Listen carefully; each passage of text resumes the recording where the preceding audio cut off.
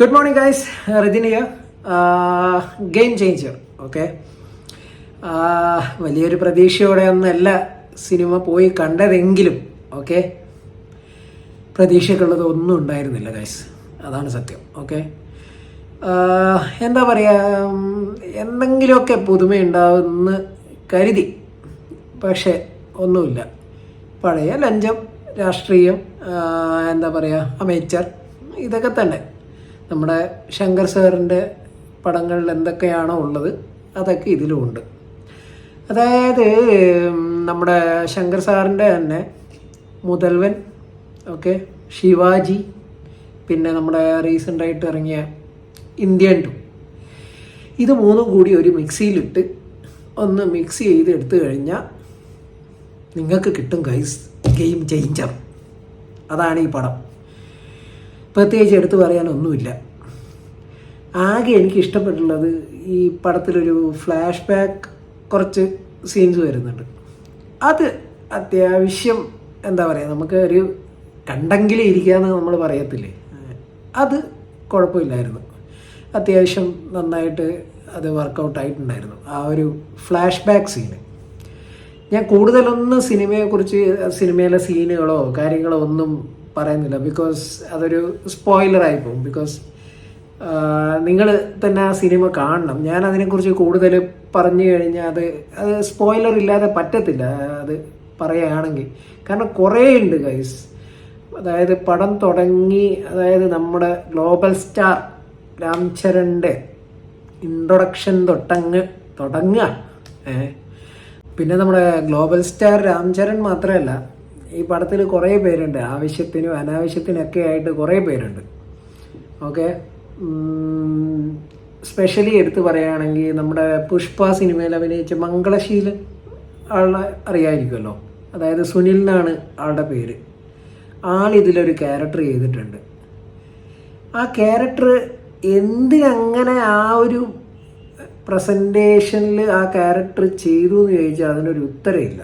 Okay, എന്തിനങ്ങനെ ചെയ്തു എന്ന്. അതായത് ആ പടത്തിൻ്റെ ഒരു രീതിയിലും എന്താ പറയുക, ഈ ഒരു ക്യാരക്ടർ പ്രസൻറ്റേഷൻ അതിൽ ബന്ധപ്പെടുന്നില്ല. അതൊരു നോർമൽ ക്യാരക്ടറായിട്ട് ചിത്രീകരിച്ചാൽ പോലും ഇതിലും ഭംഗിയായിട്ടുണ്ടാവുമായിരുന്നു. ഇത് ചുമ്മാ ഒരു കോമഡി ആക്കാൻ വേണ്ടി ചെയ്ത ഒരു എന്താ പറയുക, അത്രയും വികൃതമായ രീതിയിലാണ് ആ ഒരു പ്രസൻറ്റേഷൻ ഉണ്ടായിട്ടുള്ളത് ആ ഒരു ക്യാരക്ടറിൻ്റെ. പിന്നെ നമ്മുടെ സ്വന്തം മലയാളത്തിൻ്റെ ജയറാമേട്ടൻ. ഓക്കെ, എനിക്ക് ആകെയുള്ള ഒരു റിക്വസ്റ്റ് എന്ന് പറയുന്നത്, ഈ ജയറാമേട്ടൻ്റെ ഒക്കെ നമ്മൾ ഒരുപാട് പഴയ സിനിമകൾ കണ്ട് ഭയങ്കര എന്താ പറയുക ഹിറ്റായിട്ടുള്ള ഒരുപാട് സിനിമകളുണ്ട് ജയറാമേട്ടൻ്റെ. ഇപ്പോൾ മേലെ പറമ്പിൽ ആൺവീട് പോലെയൊക്കെയുള്ള സിനിമ, പിന്നെ സൂപ്പർമാൻ എന്നൊക്കെ പറഞ്ഞിട്ടുള്ള ഒരുപാട് സിനിമകൾ കണ്ട് അദ്ദേഹത്തോട് ഒരു ആരാധനയുള്ള ഒരു ആൾ തന്നെയാണ് ഞാൻ പേഴ്സണലി ഭയങ്കര എനിക്കിഷ്ടമുള്ളൊരു ആക്ടറാണ് ഈ ജയറാമേട്ടൻ. അദ്ദേഹം എന്താ പറയുക, ഈ മറ്റ് ഭാഷകളിൽ പോയി ഇത്രയും ഒരു കോമഡി വേഷങ്ങൾ ചെയ്ത്, അതായത് കോമഡി എന്ന് പറയാൻ പറ്റില്ല, ഒരു കോമാളി വേഷം കിട്ടുക എന്നുള്ള രീതിയിലായിരുന്നു ഈ ഒരു സിനിമയിൽ ജയറാമേട്ടൻ്റെ പെർഫോമൻസ്. എന്തിനങ്ങനെ പുള്ളി ഈ ക്യാരക്ടറൊക്കെ ചൂസ് ചെയ്യുന്നതൊക്കെ, നമ്മളിപ്പോൾ ശങ്കർ സാറിൻ്റെ പടമാണ്, പാൻ ഇന്ത്യൻ സിനിമയാണ് എന്നൊക്കെ എന്ത് പറഞ്ഞാലും എന്തിനാണ് ഇങ്ങനെ ഒരു ക്യാരക്ടർ ചൂസ് ചെയ്തതെന്ന് പോലും എനിക്ക് മനസ്സിലായില്ല. അങ്ങനെ ഒരു ക്യാരക്ടർ ആ സിനിമയിലേ ആവശ്യമില്ല, അത് വേറെ വിഷയം. ഓക്കെ, അത് നിങ്ങൾ പടം കാണുമ്പോൾ നിങ്ങൾക്ക് മനസ്സിലാവും. അങ്ങനെ ഒരു ക്യാരക്ടർ എന്തിനാണെന്ന് നമ്മൾ പലപ്പോഴും ആലോചിക്കും, ഇത് എന്തിനാണ് ഈ ഒരു ക്യാരക്ടർ ഈ സിനിമയിലെന്ന്. അപ്പം അങ്ങനെ ഒരു കോമാളി വേഷം കെട്ടുന്ന രീതിയിൽ ഇങ്ങനെ ഇപ്പം കുറച്ചായിട്ട് ഞാൻ അദ്ദേഹത്തെ പല സിനിമകളിലും കണ്ടിട്ടുണ്ട്. അതായത് ഒരു കോമിക് വേയിലൂടെ ഇങ്ങനെ എന്താ പറയുക, ആൾക്കാരെ ചിരിപ്പിക്കാനാണ് ഉദ്ദേശിച്ചതെങ്കിലും പക്ഷേ ആൾക്കാർക്ക് ഒരിക്കലും അത് കണ്ടാൽ ചിരി വരത്തുമില്ല, അത് വേറെ വിഷയം. ഓക്കെ, പിന്നെ എസ്.ജെ. സൂര്യ. ഓക്കെ, എസ്.ജെ. സൂര്യ നമ്മുടെ ഒരുപാട് അദ്ദേഹത്തിൻ്റെ ഇപ്പം റീസെൻ്റ്ലി റിലീസ് ചെയ്ത് അദ്ദേഹം നെഗറ്റീവ് ഷെയ്ഡിൽ വന്ന റോളുകളിലൊക്കെ അതേ ഒരു പ്രസൻറ്റേഷൻ സ്റ്റൈൽ തന്നെയാണ് ഇതിലും. ഓക്കെ, ഇങ്ങനെ ഭയങ്കര എക്സ്ട്രാ ഓർഡിനറി പെർഫോമൻസ് എന്നൊന്നും പറയാനൊന്നുമില്ല. നമ്മുടെ ഇപ്പം കുറച്ച് നാളായിട്ട് അദ്ദേഹത്തിൻ്റെ ചിത്രങ്ങളിൽ കണ്ടുവരുന്ന ആ ഒരു രീതിയിലുള്ള ഒരു പ്രസൻറ്റേഷൻ തന്നെയായിരുന്നു ഇതിലും. പിന്നെ നമ്മുടെ നായിക കൈര അദ്വാനി ആസ് യൂഷ്വൽ നായകൻ്റെ പരം ഡാൻസ് കളിക്കാനും ഒക്കെ പാട്ട് പാടാനും പ്രേമിക്കാനും ഒരു നായിക, അത്രയാണ് ഇതിൽ പുള്ളിക്കാരിയുടെ റോള് എന്ന് പറയുന്നത്. ഇതിലൊരു ലവ് സ്റ്റോറിയൊക്കെ ഉണ്ട്.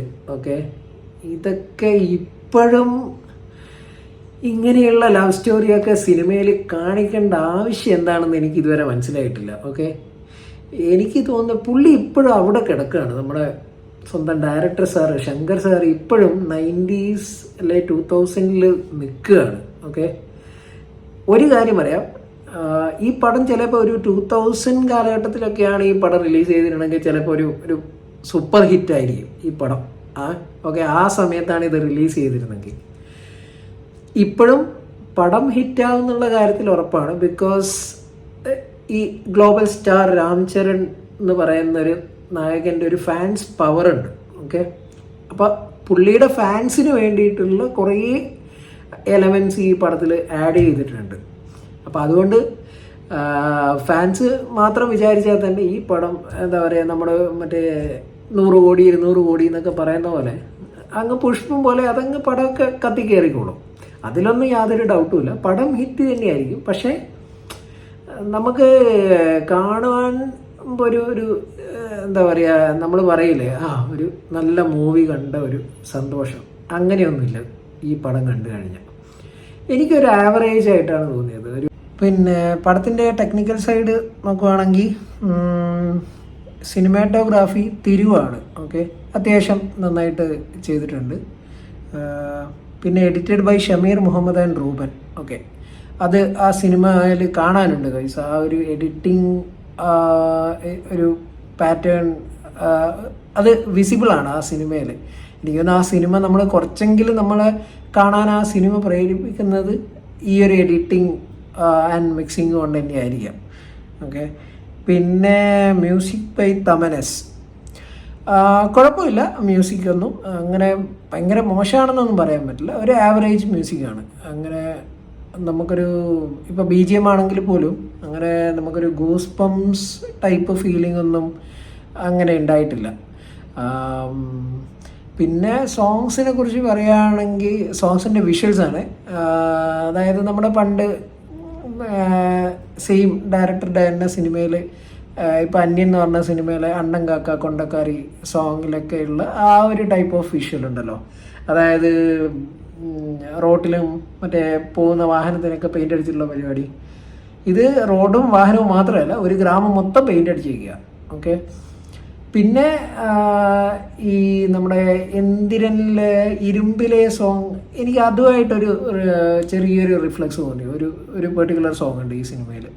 അപ്പോൾ ആ ഒരു കൈൻഡ് ഓഫ് സോങ്ങും ഉണ്ട്. അതായത് പുള്ളിയുടെ സിനിമകളിൽ നമ്മൾ പണ്ട് കണ്ടിട്ടുള്ള കുറേ കാര്യങ്ങളുണ്ടല്ലോ, അത് ഒരു മിക്സ്ഡ് പരുവത്തിൽ ഈ സിനിമയിൽ കൊണ്ടുവന്നിട്ടുണ്ട്.